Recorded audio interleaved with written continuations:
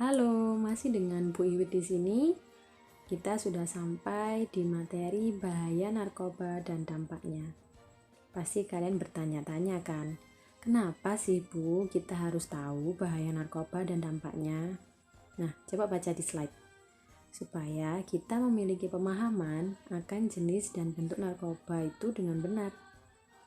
Serta supaya kita memiliki perasaan positif untuk mencegah semakin banyaknya dampak negatif narkoba itu berada di lingkungan kita. Nah, ada ice breaking, tebak gambar dan persepsi. Ice breaking dulu ya. Nah, ada gambar nih. Coba baca di poin 1.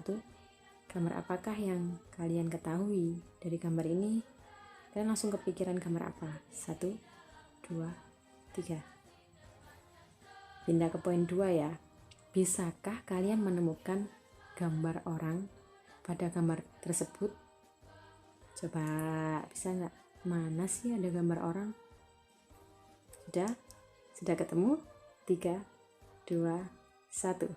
Oke, saya pindah slide-nya. Nah, ini dia jawabannya nomor 1. Gambar apa yang kalian ketahui dari gambar tersebut?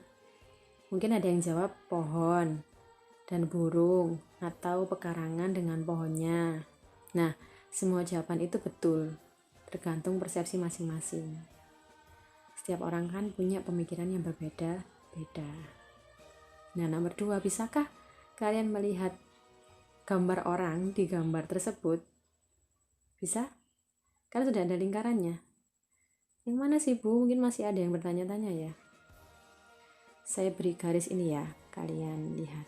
Nah, ini mulai dari kepalanya, ini lengannya. Nah, ini masuk di kakinya. Nah, yang bagian ini kepalanya. Nah, ini hidungnya. Terus kemudian ini lengannya. Nah, ini kakinya. Nah, itu kan kepalanya. Kelihatan ya? Sudah ya, sudah bisa menemukan gambar orang di sini? Oke.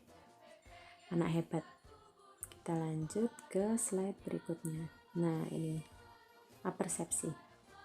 Sebelum kita ke materi inti, kita harus tahu dulu kenapa sih penting untuk mengetahui narkoba dan dampaknya ini. Nah, di sini sudah ada penjelasan bahwa masalah penyalahgunaan narkoba dan peredaran gelap narkoba. Jadi ada peredaran gelapnya, ilegal ya. Tidak dengan izin pemerintah maksudnya. Narkoba saat ini sudah menjadi persoalan global yang melanda semua wilayah maupun negara di seluruh dunia. Jadi permasalahan narkoba ini tidak hanya di salah satu negara saja, tapi sudah menjadi permasalahan di seluruh dunia. Di Indonesia sendiri, penyalahgunaan narkoba ini telah mencapai tahapan yang sangat mengkhawatirkan. Loh, kenapa? Kok sangat mengkhawatirkan? Karena narkoba ini tak lagi memandang usia, mulai dari anak-anak, remaja, orang dewasa, hingga orang tua sekalipun tak luput dari jeratan penyalahgunaan narkoba ini. Jadi semua kalangan sudah menjadi korban dari penyalahgunaan narkoba ini. Sangat mengkhawatirkan memang ya kalau kita bahas tentang narkoba. Diperkirakan sekitar 1,5% dari total penduduk Indonesia adalah korban dari penyalahgunaan narkoba tersebut. Miris memang.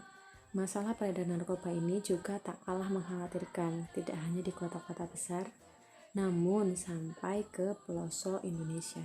Jadi tidak hanya di kota-kota besar, korban-korban dari penyalahgunaan narkoba ini. Di pelosok pun ada yang menjadi korban dari penyalahgunaan narkoba ini. Nah, maka dari itu sangat penting untuk kita bahas, untuk kita ketahui bahayanya itu apa sih. Nah, dan untuk kita supaya kita lebih semangat lagi untuk mencegah dampak negatif dari narkoba itu tadi, mengenal drugs narkoba. Nah, itu ada ekstasi, cimeng, sabu-sabu. Nah, ini narkoba itu bahannya dari tumbuhan seperti yang kalian lihat di slide ini ya, tumbuhan dan ganja ya. Kemudian ini kan tumbuhan. Nah, awalnya dari tumbuhan. Karena memang narkoba ini aslinya digunakan untuk pengobatan medis. Nah, kalau sudah meranah ke pengobatan medis berarti kan berhubungan dengan orang sakit. Nah, kenapa kok bisa makan korban, kok bisa dari konsumsi narkoba itu ada korban? Karena mereka menyalahgunakan kegunaan narkoba yang sesungguhnya. Karena narkoba itu dalam dunia medis digunakan sebagai obat bius dan obat-obatan yang lain. Nah, kalau orang tidak sakit mengkonsumsi obat, nah bagaimana itu? Kan tidak sesuai dengan tempatnya. Loh, kalau memang orang tidak sakit kemudian mengkonsumsi obat, kok bisa mereka menjadi korban? Nah, selebihnya kita bahas di slide berikutnya ya. Oke, nah ini dia. Apa itu narkoba? Narkoba itu adalah singkatan dari narkotika, psikotropika, dan bahan atau zat adiktif. Nah, bahan-bahan ini semua itu bisa berbentuk zat padat, cair maupun gas yang dimasukkan ke dalam tubuh baik secara diminum, dihirup maupun disuntikkan, yang dapat merubah fungsi dan struktur tubuh, mengubah pikiran, suasana hati atau perasaan, perilaku seseorang. Dan narkoba ini menimbulkan ketergantungan. Ketergantungannya secara fisik dan psikologis. Nah, itu tadi jawabannya. Kenapa sih Bu? Narkoba itu kan kata BW tadi obat. Obatnya dikonsumsi oleh orang yang sehat, tapi kok malah merugikan? Kok malah orang-orang yang mengkonsumsi narkoba padahal dia tidak sakit menjadi korban? Nah, itu dia. Karena narkoba ini mampu merubah fungsi dan struktur tubuh, mengubah pikiran, suasana hati. Ibarat kalau misal orang sakit diberi obat, semua obat itu kan harus dengan anjuran dan dosis dari dokter. Nah, kalau narkoba ini kan sudah tidak sakit, dosisnya tidak diatur. Nah, kalian bayangkan sendiri bagaimana akibatnya bagi tubuh, bagi otak, dan bagi kondisi psikis manusia yang mengkonsumsinya. Narkotika adalah zat atau obat yang berasal dari tanaman, kan Wiwi tadi bilang dari tanaman, sintetis maupun semi sintetis yang dapat menurunkan kesadaran. Nah, narkotika ini mampu menurunkan kesadaran. Kalau kita dalam kondisi sadar, kita mampu menguasai keseimbangan. Nah, kalau sudah kesadarannya menurun, nah kenapa sih orang pingsan, orang-orang tiba-tiba jatuh gitu kan, karena kesadarannya menurun. Nah, itu apabila narkotika ini dikonsumsi, ini mampu menurunkan kesadaran kita. Dikonsumsi oleh orang sehat loh ya, dan tanpa dosis dan tanpa resep dari dokter. Kemudian hilangnya rasa, jadi rasa dia tidak bisa merasakan. Disentuh gitu kan, kita ada gaya tekan ya, itu dia tidak merasakan. Kemudian mengurangi sampai menghilangkan, menimbulkan ketergantungan. Zat yang termasuk narkotika adalah, nah itu ada opium, marijuana atau ganja, morfin, kokain, heroin, kanabis. Nah, yang paling berbahaya ini apa? Menimbulkan ketergantungan. Nah, mengurangi sampai menghilangkan, menimbulkan ketergantungan. Nah, kalau sudah dicoba sedikit, awal-awalnya korban penyalahgunaan narkoba itu kan mereka diberi oleh oknum sedikit tapi gratis. Kemudian besoknya mulai diberi harga 5.000. Kemudian besoknya lagi diberi harga yang lebih mahal lagi. Nah, karena narkotika itu sudah merasuk dalam tubuh orang tersebut, dia akan mengalami apa? Ketergantungan, sehingga dia melakukan segala cara supaya mendapatkan narkotika itu tadi atau narkoba itu tadi. Nah, berbahaya kan? Sudah menurunkan kesadaran, menghilangkan rasa, menimbulkan ketergantungan. Nah, sangat merugikan bagi kita. Kemudian ada psikotropika. Nah, kalau tadi mempengaruhi tubuh secara fisik kan kehilangan kesadaran ya, nggak seimbang gitu kan, kehilangan rasa. Nah, itu kan berhubungan dengan fisik. Nah, kali ini psikotropika ini mempengaruhi tubuh kita dalam hal di ranah psikis, mental, dan perilaku. perubahannya khas sekali. Mungkin biasanya anaknya ceria, kok tiba-tiba diem murung, terus mudah marah. Tapi bukan selalu anak yang diem murung mudah marah itu mengkonsumsi narkoba, bukan seperti itu ya, bukan. Tapi zat psikotropika ini mampu memengaruhi aktivitas mental dan perilaku. Kemudian ada jenis-jenisnya, bisa dibaca itu ada ekstasi, sabu-sabu. Nah, obat-obatnya seperti ini ya bentuknya. Nah, itu ada bentuk-bentuk khas. Kemudian ada bahan atau zat adiktif. Bahan lain bukan narkotika atau psikotropika yang penggunaannya dapat menimbulkan ketergantungan, baik psikologis atau fisik, misalkan alkohol, rokok, dan kafein. Nah, ini juga menimbulkan ketergantungan. Bu, rokok termasuk zat adiktif, berarti rokok termasuk narkoba. Ya, tapi kan narkoba golongan yang mana? Loh Bu, berarti rokok itu termasuk narkoba Bu. Loh Bu, berarti minuman alkohol itu termasuk narkoba Bu. Kafein juga. Iya, karena mereka menimbulkan ketergantungan secara psikis dan fisik. Loh Bu, berarti orang yang merokok seharusnya dihukum. Nah, itu beda lagi. Hukum yang memberlakukan produksinya itu ada golongannya. Nanti ada di slide berikutnya.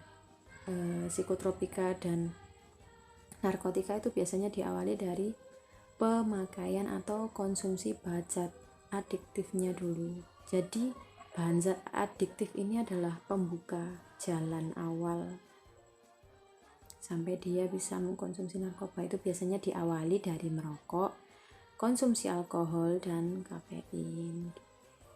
Dan agama juga tidak menganjurkan kita untuk mengkonsumsinya. Jadi lebih baik untuk tidak dikonsumsi. Itu lebih baik untuk kesehatan. Dan untuk yang muslim mungkin kan kita dilarang untuk mengkonsumsi alkohol. Gitu ya. Jadi kita sesuaikan dengan kebutuhan tubuh kita. Nah, yang lebih baik manfaatnya kita konsumsi, yang lebih banyak kerugiannya kita tinggalkan. Nah, itulah supaya kita bisa selamat dan sehat. Nah, ini ada mekanisme kerja narkoba. Kok bisa sih Bu, orang-orang yang mengkonsumsi narkoba itu kayak sako gitu Bu, kayak itu tadi yang jelaskan Bu Iwit sampai kehilangan kesadaran. Kenapa sih Bu? Nah, ini penjelasannya secara biologis ya. Narkoba itu menyerang susunan syaraf pusat. Di mana susunan syaraf pusat kita? Di otak. Nah, bagian terpenting dari tubuh manusia adalah otak, karena di otak itu mengatur segala aktivitas tubuh, mengatur kerja sel tubuh, perasaan, pemikiran, gerak, ingatan, bahasa itu tersimpan semua di otak. Karena narkoba ini menyerang susunan syaraf pusat di otak, maka kinerja otak pun juga berpengaruh. Makanya tadi sampai menurunkan kesadaran, karena kehilangan keseimbangan. Karena keseimbangan kita juga diatur di mana? Di otak. Kehilangan rasa, makan, hambar, tidak ada rasanya. Disentuh, tidak kerasa. Nah, karena apa? Otak menyerang susunan syaraf pusat. Kemudian ini ada narkoba dan pengaruhnya pada otak. Nah, fungsi otak kan menerima dan memberi informasi. Nah, kalau narkoba ini menyerang susunan syaraf pusat di otak, maka orang-orang yang mengkonsumsi narkoba akan mengalami gangguan pada penerimaan dan pemberian informasi. Kita berbicara apa, orangnya menjawab apa. Kita ajak bicara, tidak merespon. Jadi orang yang mengkonsumsi narkoba itu juga sel darahnya, denyut jantungnya, nafasnya itu juga pengaruhi. Itu tadi, mungkin dia terengah-engah, jantungnya juga tidak stabil. Jadi benar-benar ketika otak sudah diserang, maka seluruh tubuh akan terpengaruh oleh kerja otak yang terganggu itu tadi. Nah, ini yang saya bilang tadi, penggolongan narkoba sesuai undang-undang jenis. Ada narkotika, psikotropika. Jadi jenis nomor 1 dan 2 itu yang dilarang ya penggunaannya. Nah, itu ada golongan 1, golongan 2, golongan 3, golongan 4. Nah, yang Bu Iwi tadi bilang, kenapa sih Bu kalau rokok itu termasuk narkoba tapi masih diperbolehkan? Karena ini ada hukum yang sudah menetapkan bahan adiktif lainnya itu boleh dipakai sesuai kebutuhan. Bu, alkohol boleh dipakai sesuai kebutuhan? Ya boleh. Nah, kalau kita membersihkan luka, apakah kita tidak memakai alkohol? Lanjut ke slide berikutnya.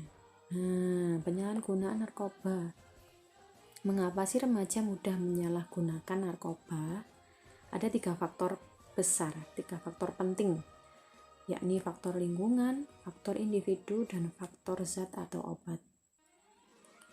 Kenapa sih remaja mudah menyalahgunakan narkoba? Dan kebanyakan penyalahguna narkoba itu memang remaja ya. 1. Faktor lingkungan, hubungan tidak harmonis dengan keluarga. Nah, bagi kalian atau untuk kita semua lah ya, apabila hubungan kita dengan keluarga tidak harmonis, bukan berarti kita lari ke tempat yang lebih buruk, bukan berarti kita lari pada hal yang merugikan untuk kita. Justru sebaliknya, kita harus lari ke tempat yang lebih baik, harus bisa berpikir dengan jernih, insya Allah. Kemudian lingkungan rawan narkoba. Nah, semisal ada remaja ini yang putus sekolah, di lingkungannya juga remaja-remaja yang putus sekolah semua. Nah, itu juga bisa, dan mereka mengkonsumsi narkoba. Nah, itu juga bisa terbawa. Nah, apabila kita berada di lingkungan tersebut, nah lebih baik apa? Hijrah ya. Kan maksudnya hijrah di sini adalah berpindah dari hal yang buruk ke hal yang lebih baik. Ya, itu tadi seperti yang pertama. Kurangnya kontrol. Nah, terkadang mereka yang menjadi korban penyalahgunaan narkoba ini tidak dikontrol, semaunya sendiri, tidak mau diatur sama orang tuanya. Nah, buat kalian semua yang orang tua kalian masih mengatur, ayo le mandi, ayo le makan, ayo nak, duk, waktunya makan. Nah, itu kan berarti masih dikontrol dengan orang tua.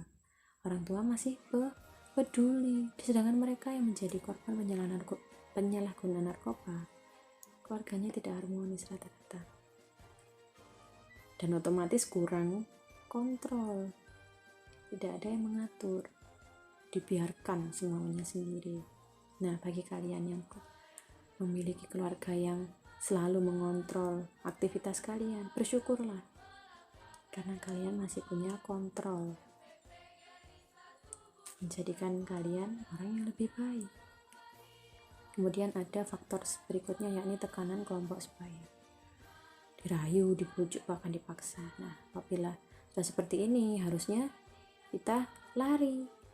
Sudah, teman yang membawa ke dalam keburukan, lebih baik kita jauhi. Dan teman yang membawa kepada kebaikan, nah itulah teman yang harus kita temani.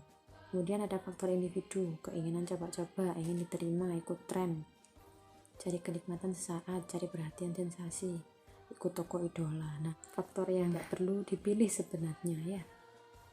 Ada makanan yang lebih enak, kenapa harus pilih narkoba? Ada jus, ada masakan ibu, itu lebih enak, menyehatkan pula ya. Coba bandingkan dengan masakan-masakan itu. Kemudian ada faktor zat obat, menimbulkan ketergantungan fisik dan psikis. Kemudian karena mudah didapat. Kemudian kita lihat efek narkoba terhadap susunan syaraf pusat. Nah, ini ada efek narkoba ini. Efeknya stimulan karena merangsang meningkatkan kegiatan pada susunan syaraf pusat sehingga dapat lebih semangat dan energik. Dalam arti zat-zat ini membuat badan lebih semangat dan energik, tapi efek yang ditimbulkan juga merugikan kita sendiri. Seperti ini, menjadi sulit tidur, gak bisa tidur, semalaman gak bisa tidur. Karena apa? Syaraf kita semangat dan energik, jadi dia tidak kenal kapan istirahat, akhirnya menjadi sulit tidur. Kemudian menurunkan nafsu makan, dada berdebar, terus banyak bicara, meningkatkan kesiagaan. terus mudah gelisah, cepat marah, agresif. Nah, itu kan sangat merugikan bagi kita. Ini kan bertolak belakang dengan kebutuhan badan kita. Nah, itulah kenapa kita harus menjauhi narkoba. Halusinogen menyebabkan terjadinya halusinasi, seperti seakan-akan melihat sesuatu padahal sesuatu itu tidak ada di kenyataan. Karena apa? Karena otak yang diserang, mengubah persepsi dan pandangan terhadap suatu objek, membuat pemakainya melihat mendengar suatu terhadap hal yang sebenarnya tidak ada, suatu dengan persepsi yang berbeda. Jadi apa yang dia lihat itu unreal, tidak nyata, hanya halusinasi. Efek dari halusinogen, efek sulit diprediksi, tidak bisa diprediksi, tiba-tiba seperti ini, tiba-tiba seperti ini. Nah, itu tidak bisa diprediksi ya. Distorsi persepsi pendengaran dan penglihatan. Jadi ada gangguan atau distorsi persepsi pada pendengaran dan penglihatan, seakan-akan melihat sesuatu tapi nggak ada, seakan-akan mendengar sesuatu padahal di kenyataannya tidak ada. Depresan, menekan, menurunkan kegiatan susunan syaraf pusat, memperlambat proses mental sehingga menjadi rileks. Nah, ini contohnya yang bisa membuat jadi rileks. Benar, memperlambat proses mental sehingga menjadi rileks. Tapi efeknya rasa gembira, karena stres mental ditekan, hilangnya rasa gelisah, gak punya rasa gelisah. Mau jalan gak takut ditabrak motor, gak takut ditabrak orang, terus bicaranya lambat. Jadi respon ketika kita ajak bicara itu jawabnya lama gitu ya. Menurunkan koordinasi, maksudnya di sini adalah koordinasi otak. Mungkin di otaknya pengen bilang apa tapi mulutnya tidak bilang-bilang, seperti itu ya. Jadi kayak koordinasi antara otak, pikiran, dan gerak tubuh, apa yang ingin dia katakan, apa yang dilakukan itu menurun koordinasinya. Kalau kita kan tinggal angkat kanan, angkat kiri, tangan kanan, tangan kiri. Mungkin mereka yang mengkonsumsi narkoba itu juga susah mau ngomong apa tapi susah ngomongnya, karena kan yang diserang adalah syaraf ya. Nafsu makan meningkat, denyut jantung dan frekuensi nafas menurun. Analgesik, jadi dia juga memiliki efek penghilang rasa sakit ya, seperti ini. Aspirin, paracetamol, dan heroin. Bu, aspirin, paracetamol itu kan dijual bebas, Bu. Iya, kalau kita merasa sakit, dan itu pun kan kita konsumsinya juga berapa, mungkin kita sudah sembuh kan, konsumsi 1 atau 2 obat, itu pun kita kan nggak overdosis, dosisnya juga diatur oleh dokter, aman-aman saja. Tapi nah, kalau dikonsumsi melebihi dosis, nah itu yang bahaya, menimbulkan ketergantungan. Nah, ini perbedaan orang yang mengkonsumsi narkoba dan tidak. Coba lihat di orang yang tidak mengkonsumsi narkoba. Nah, ini ya, mata, bentuk mata orang yang tidak mengkonsumsi narkoba, pupilnya normal, pupilnya kecil. Nah, kalau kita lihat di sini pupil orang yang menggunakan narkoba, pupilnya membesar ya, lebih lebar daripada pupil orang yang normal. Nah, ini ada contohnya. Nah, coba lihat ini malah pupilnya sangat melebar keluar gitu ya. Nah, ini contoh-contoh orang yang menyalahgunakan narkoba. Nah, ini ya dampak akibat korban narkoba. Ini pasti yang suka lihat film Home Alone tahulah ya artis ini. Nah, ini karena dia mengkonsumsi narkoba jadi seperti ini, sampai tulang pipinya terlihat. Nah, ini kan juga menunjukkan bahwa narkoba ini sangat berbahaya ya bagi tubuh ya, apalagi bagi kesehatan.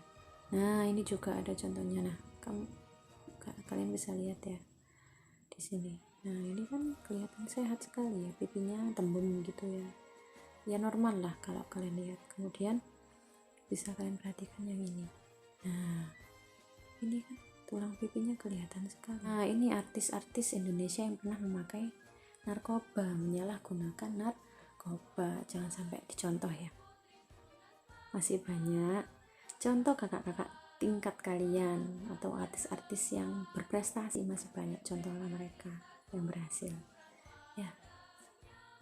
Nah, sekali merasakan narkoba sama artinya dengan mendekati liang kubur.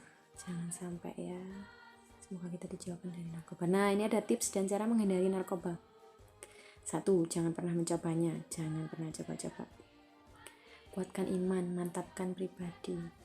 Pakailah rasio pemikiran atau pertimbangan untuk melangkah atau melakukan sesuatu lebih banyak daripada emosi. Kalau konsumsi narkoba tadi untuk menenangkan diri, merasa lupa dengan masalah, apakah hanya dengan cara itu untuk menyelesaikan masalah?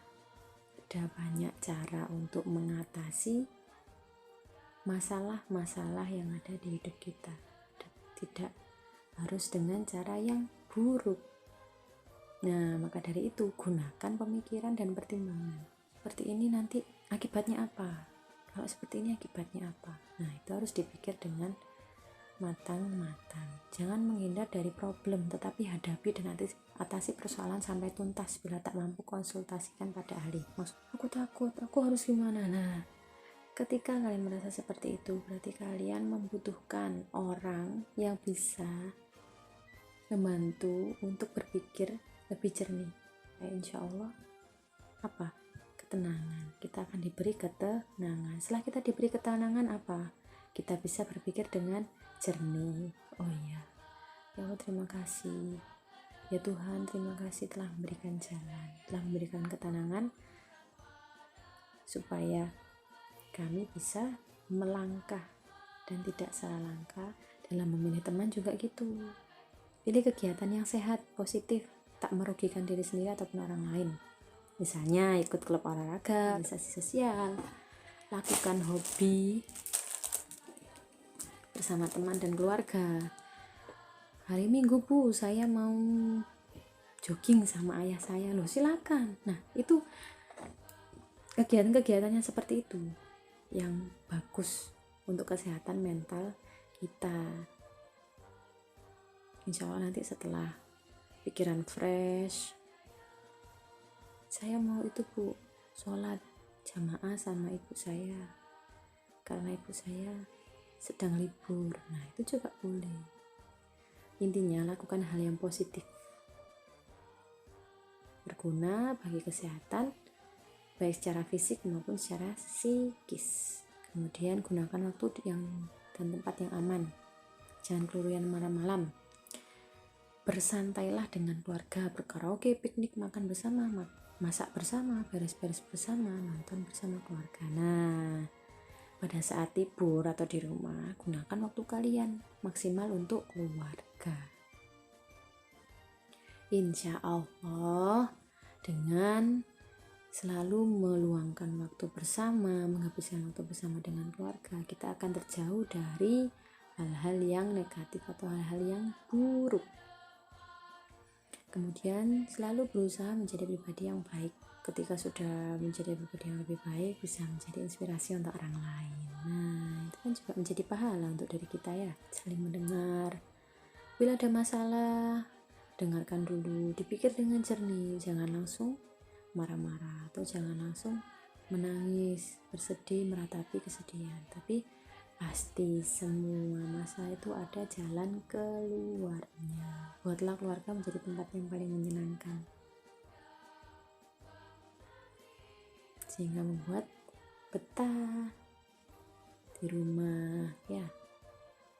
Selalu ingat bahwa ancaman hukum untuk penyalahgunaan narkoba, apalagi bagi pengedar narkoba, adalah lembaga pemasyarakatan. Jadi ada anak-anak, banyak sekali anak-anak seperti pengemis, seperti penyalahguna narkoba juga ada. Itu mereka di lembaga pemasyarakatan, mereka di sana direhabilitasi di panti gitu. Jadi mereka tidak bersekolah, mereka harus mengikuti rehabilitasi itu tadi di lembaga pemasyarakatan. Nah, pada waktu yang teman-teman yang lain senang-senang di sekolah belajar,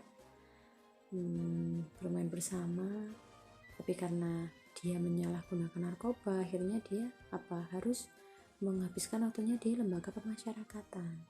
Kan enggak enak, enggak ketemu ibu, enggak ketemu bapak. Nah, untuk itu, mumpung ibu masih ada, bapak masih ada, keluarga juga ada, maka gunakanlah waktu dengan sebaik mungkin untuk menghabiskan waktu untuk melakukan kegiatan yang positif bersama keluarga kita. Mari gunakan waktu muda kita untuk belajar, membuat bangga orang tua, berbakti pada orang tua, mengejar cita-cita. Saya suka masak, Bu. Yuh, bagus itu. Saya nanti pengen jadi koki, Bu. Loh, bagus sekali. Kalau bisa punya restoran sekalian ya. Mimpinya jangan setengah-setengah. Saya suka sepak bola, Bu. Ya, lalu saya ingin jadi atlet sepak bola, Bu. Silakan kejar mimpi kalian. Kalau bisa punya distro khusus baju-baju sepak bola, nah itu kan juga keren. Arahnya ke wira usaha, itu juga bagus. Mulai sekarang mulai dirintis, teman-teman. Aku jualan sepatu olahraga, siapa yang mau beli? Nah itu kan juga bisa mulai dari situ. Nanti berkembang. Nanti ketika kalian sudah dewasa, kalian sudah punya toko misal, teman-teman udah punya toko ya, silakan beli di tokoku. Nah seperti itu misal. Aku jualan online juga bisa online. Nah itu kan juga bisa. Banyak hal positif yang bisa kita lakukan. Nah ini narkoba bikin sekolah hancur, keluarga berantakan, isi rumah habis, masa depan tidak jelas. Menyedihkan kan ya? Itu jangan sampai. Nah ini ada tugas nih dari Bu Iwit. Dari semua materi yang sudah disampaikan oleh Bu Iwit, mulai dari budaya sekolah, tata krama, pendidikan karakter, seragam, tata tertib, pembiasan agama, hingga materi narkoba ini tadi, menurut kalian mana sih materi yang paling menarik? Ceritakan ya bagian yang menarik itu dengan video maksimal 1 menit, lalu dikirim ke grup kelas PLS kalian masing-masing. 1 menit aja ya, kalau bisa 30 detik juga gak apa-apa. Yang penting kalian bisa menceritakan mana sih bagian materi yang menurut kalian paling menarik. Paham ya? Oke, itu saja dari Bu Iwit. Cukup sekian. Semoga bermanfaat. Pesan dari Bu Iwit adalah lakukan hal positif, sayangilah keluargamu, bantu ibumu, bantu ayahmu, kerjakan tugasmu baik di sekolah maupun di rumah. Lakukan ibadahmu dengan rutin, selalu berpikir positif, hadapi hari dengan senyuman, dan selalu semangat. Sesuai moto kita, SMIPGRI 1 Buduran, tampil beda dan paling bisa. Kalian harus jadi orang yang serba bisa. Pasti bisa. Percaya bahwa cita-cita dan keinginan kalian pasti akan tercapai. Yang pasti dengan usaha dan doa. Tidak mungkin suatu itu tercapai hanya dengan usaha saja tanpa doa, dan hanya dengan doa saja tanpa usaha. Harus keduanya, usaha dan doa. Cukup sekian dari Bu Iwit. Sampai ketemu di materi selanjutnya. Wassalamualaikum warahmatullahi wabarakatuh.